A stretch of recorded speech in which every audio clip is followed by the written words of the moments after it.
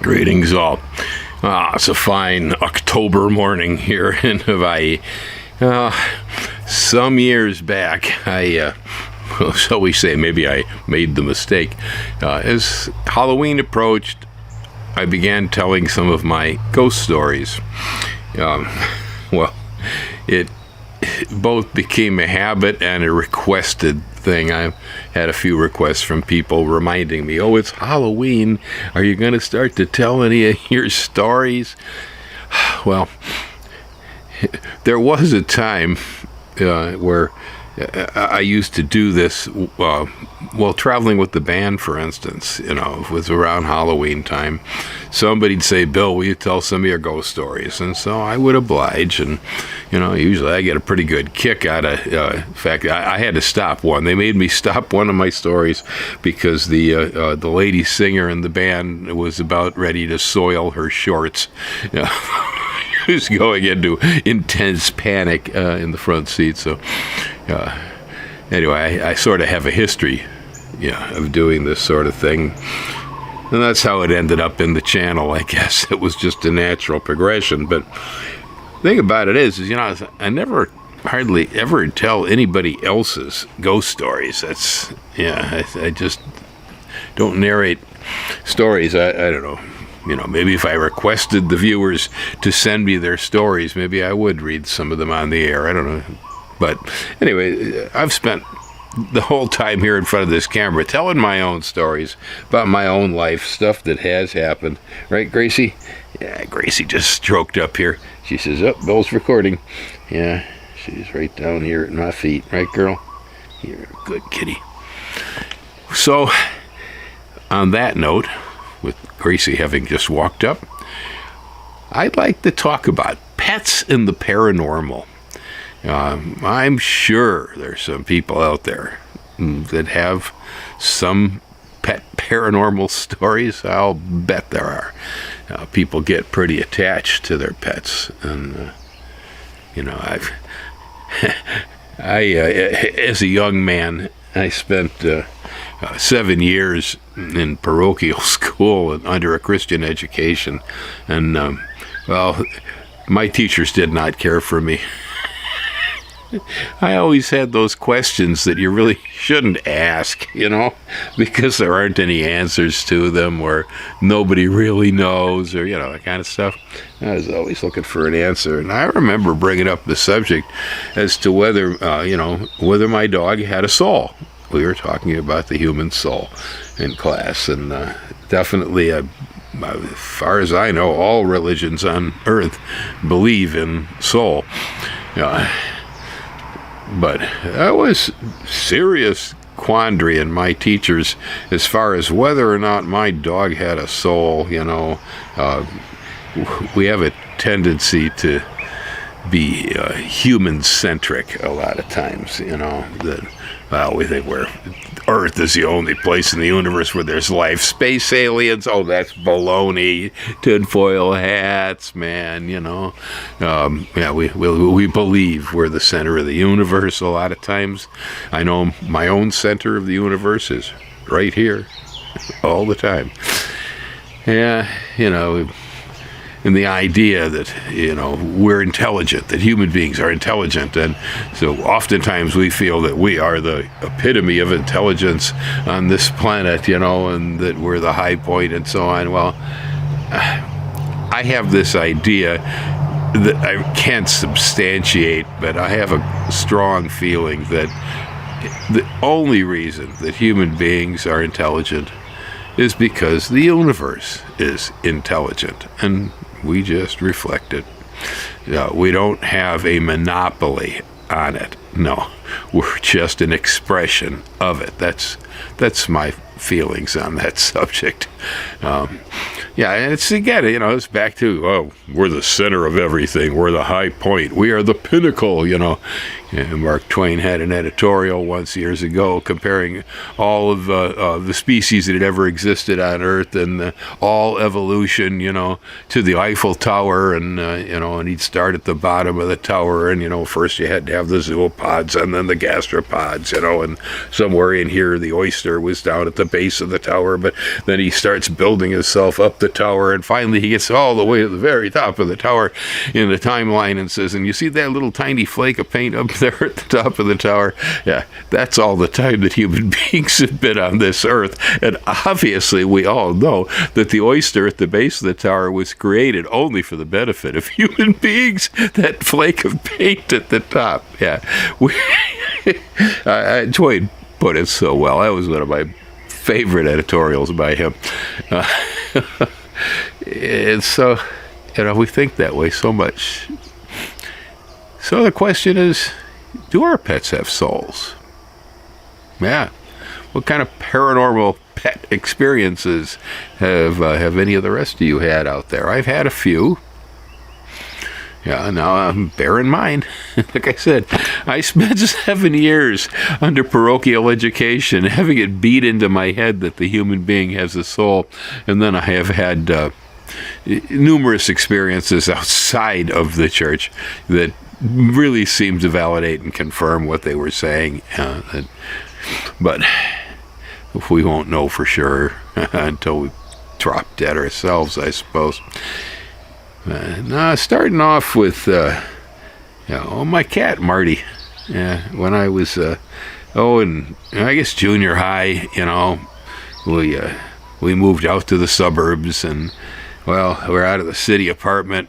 We could have a pet, and so Mom and Dad saw that we would have a cat and a dog. And Marty was a black cat with a white spot. I've told this story before, but in a different context, so forgive me if you've heard it. We're telling it in a different way today.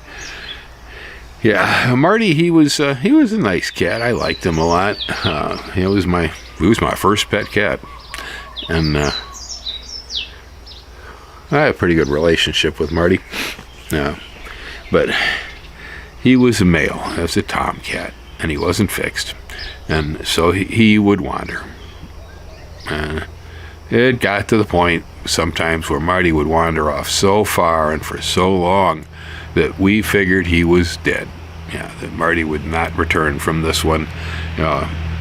There was a time where he was probably gone for almost 6 months. It was a long time. Everybody else in the household had given up on Marty and said, okay, we lost him. He got hit by a truck or something, But I hadn't given up. I was sure Marty was out there somewhere. Well,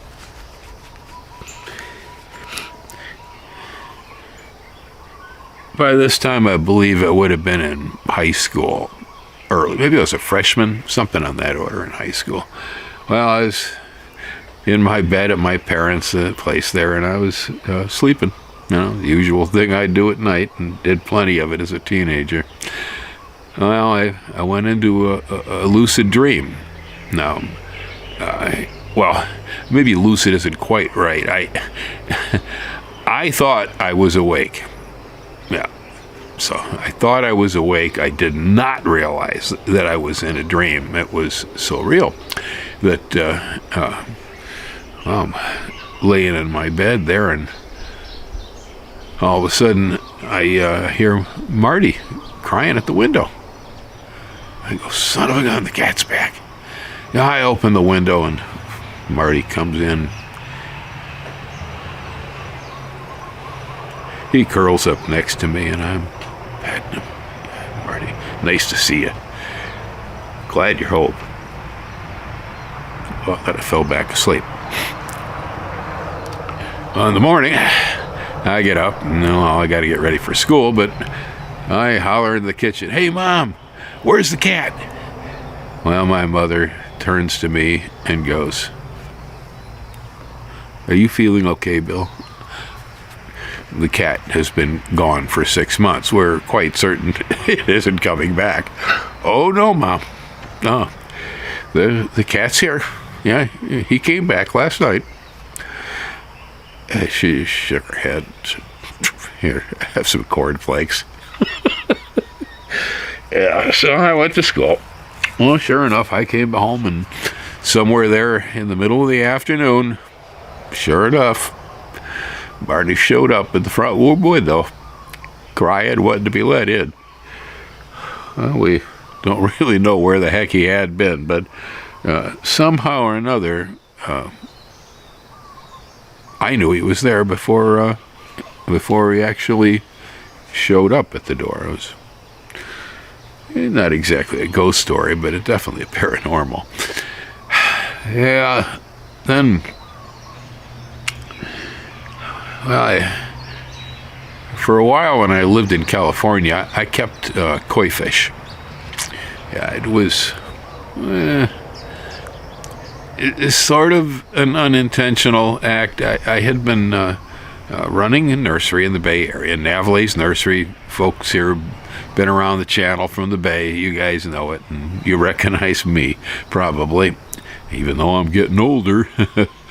But yeah, there was a point when the partners who owned the nursery decided we're going to start selling koi fish, and well, I had a pretty long history with raising goldfish, then later tropical fish, then later dinging bass ponds, raising bluegills, and I had a background with fish. And so they needed somebody to take charge of the program, and while like a fool, I raised my hand. I said, I know about fish, so I'll deal with it. So there we were. We had a fish farmer who was supplying us with koi every week. We set up with all kind of ponds. We put in water plants, and yeah, we set up an entire water plant department, aquatics, pools, rubber liners. Yeah, I became a pond genius. But anyhow, over time, we had a display pool in the store that wasn't the sale tank, and one tank that the fish farmer used, and we sold fish out of it. But the other one, well, it was an old pond, fiberglass pond, been in the store for years. I set it up, and people would, they'd have a pet goldfish that they couldn't keep. They'd bring by and say, would you adopt our goldfish? And we'd say, yeah, sure, throw them in the pond. And then people come by. One lady had a koi, Roy the koi. We named him. He was a pretty good sized fish. And well, she'd put him in a half wine barrel as a tiny fish. And as he grew and grew, because koi don't stop growing by the size of the container, he could only swim one direction. He did not have enough room to turn around. Poor Roy. Well, she felt sorry for him. She brought Roy to the store, and yes, we adopted Roy. And for a long time, Roy would only swim left-hand turns. He finally figured out he could go right because he had enough room. And I got pretty tight with Roy. But then later on, we had a fancy koi farm next door to the nursery, actually, a koi breeder over there. And well, the old man died, and his wife decided she couldn't handle this business by herself anymore, and so she put all the fish on the farm up for sale at garage sale prices, half off. So some of my employees went next door, and they bought some really prized, beautiful koi fish, really, really nice fish, and brought them home, put them in our pond. Well, and time moved on, and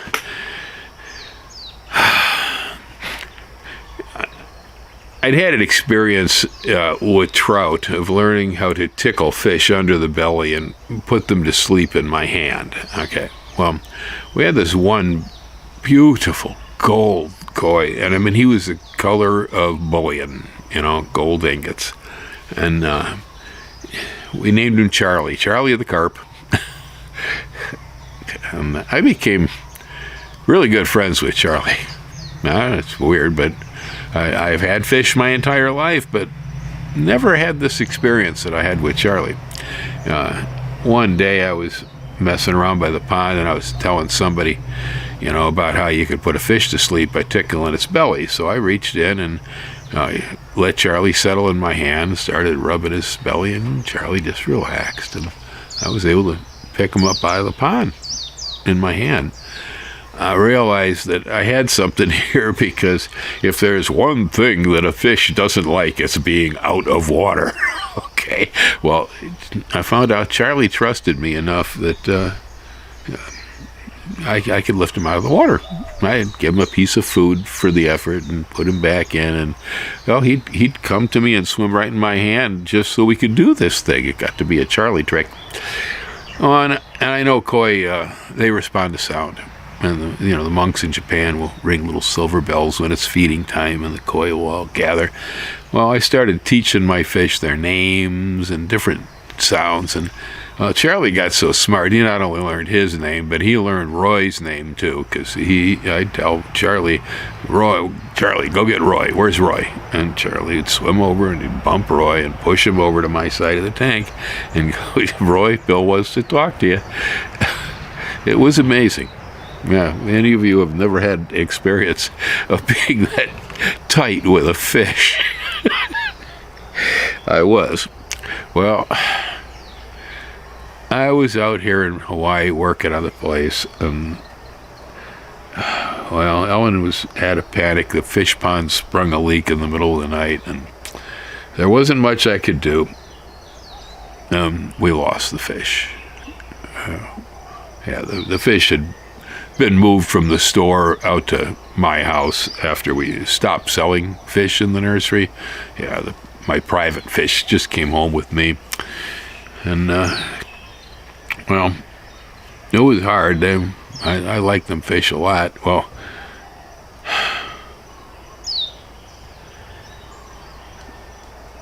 next night I lay down to go to sleep, and I'm in a half dream state. You call it alpha wave state.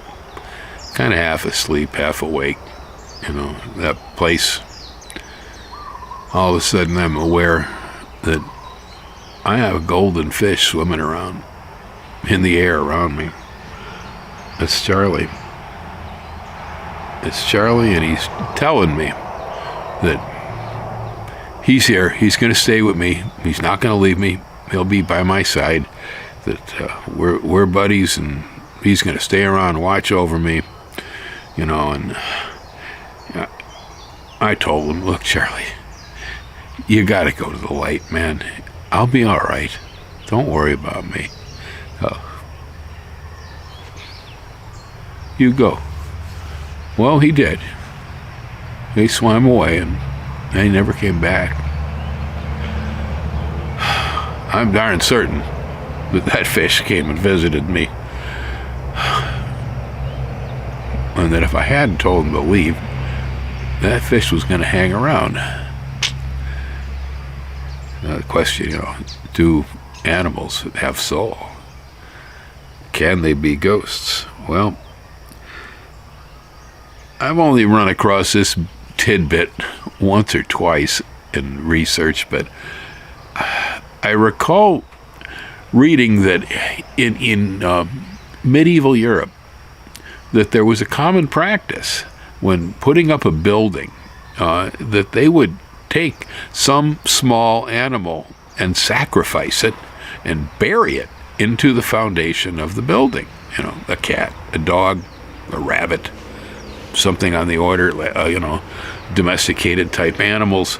And the reason they did it is that they so firmly believed in the fact that buildings could be haunted, and they did not want that they would intentionally haunt the buildings when they built them with the ghosts of small innocuous animals.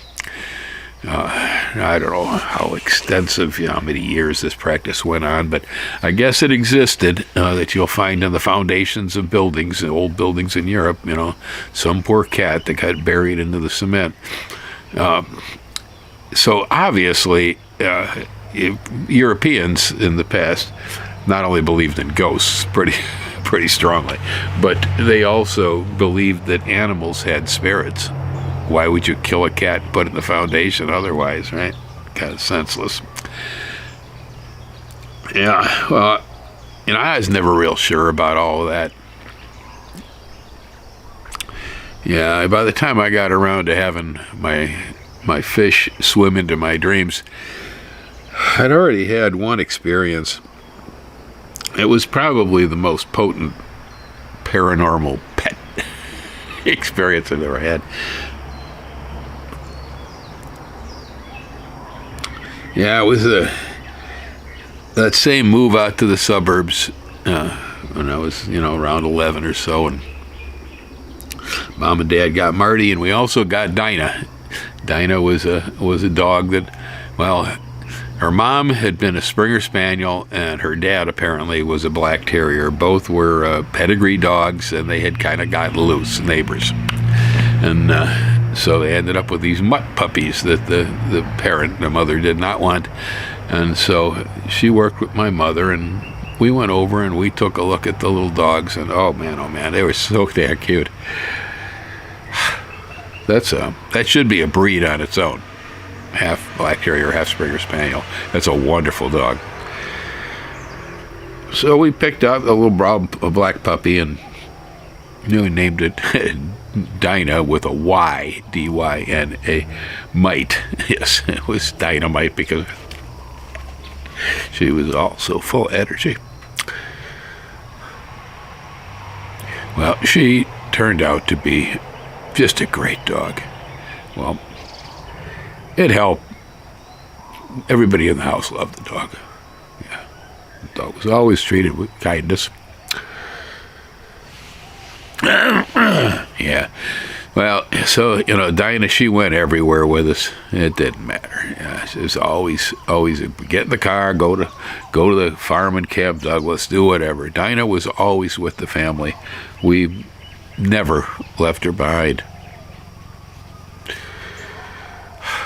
Well, every once in a while, when we had to go to Grandma's for Thanksgiving, boy, were we sorry, too. Yeah, she can get into trouble.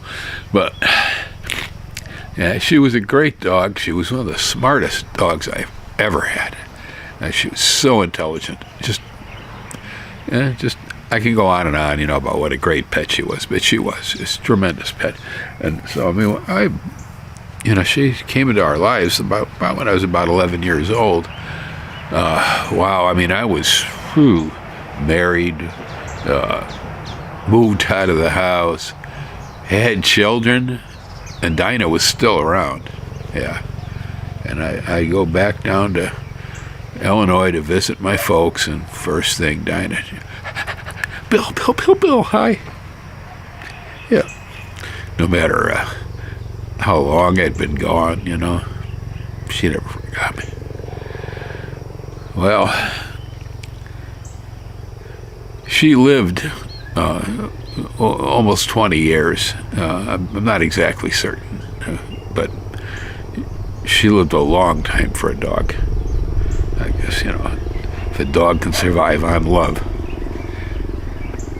My mom took good care of her. Anytime she was ill, went to the vet, She always took good care of the dog. Yeah, well, so time went on, and eventually Dinah did pass away.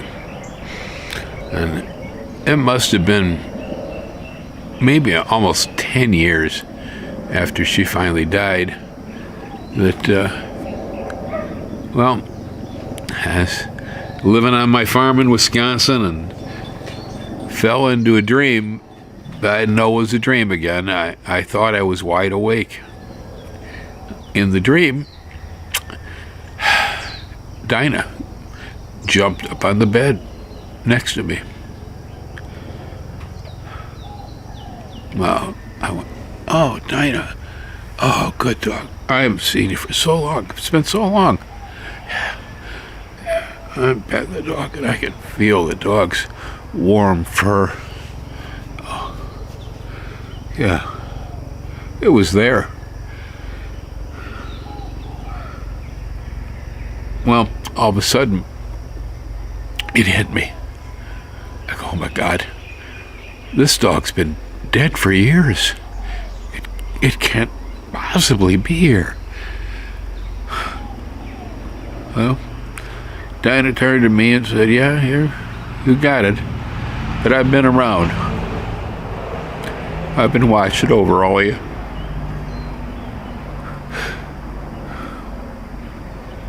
Making sure you're all right. I gotta go now.